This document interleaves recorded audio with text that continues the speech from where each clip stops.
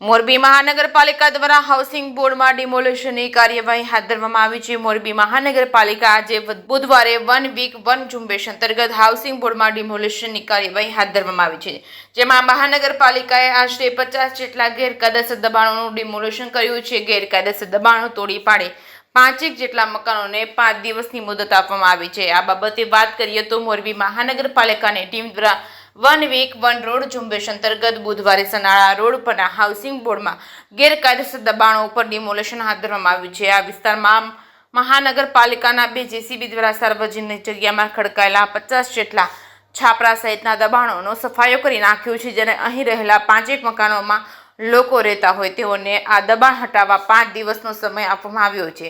આ અંગે deputy commissioner Sanjay સોનીએ જણાવ્યું હતું કે આ સાર્વજનિક જગ્યામાં ખડકાયેલા દબાણો હટાવી અંદાજે 2000 ચોરસ મીટર જગ્યા ખુલ્લી કરવામાં આવી છે।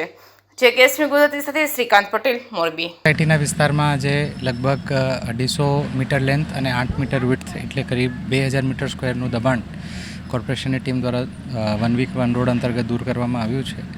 અને આ જે દબાણ છે એ પરમ દિવસને અમારી સ્વચ્છતાની વિઝિટમાં ધ્યાન ઉપર આવ્યું હતું કે જે રોડ પૈકીની જમીન છે એમાં ઘણું બધું એન્ક્રોચમેન્ટ થઈ ગયેલું હતું, તો એના માટે અમે આ કાર્યવાહી આજે કરી છે અને એવા બીજા પણ જે વિસ્તારો ધ્યાને આવશે એમાં કાર્યવાહી ચાલુ રહેશે। દર બુધવારે વન વીક વન રોડ અંતર્ગત કામગીરી હાથ ધરવામાં છે, હજી પણ ઘણા બધા વિસ્તારો છે, તેમાં લોકોને શું અપીલ કરશો?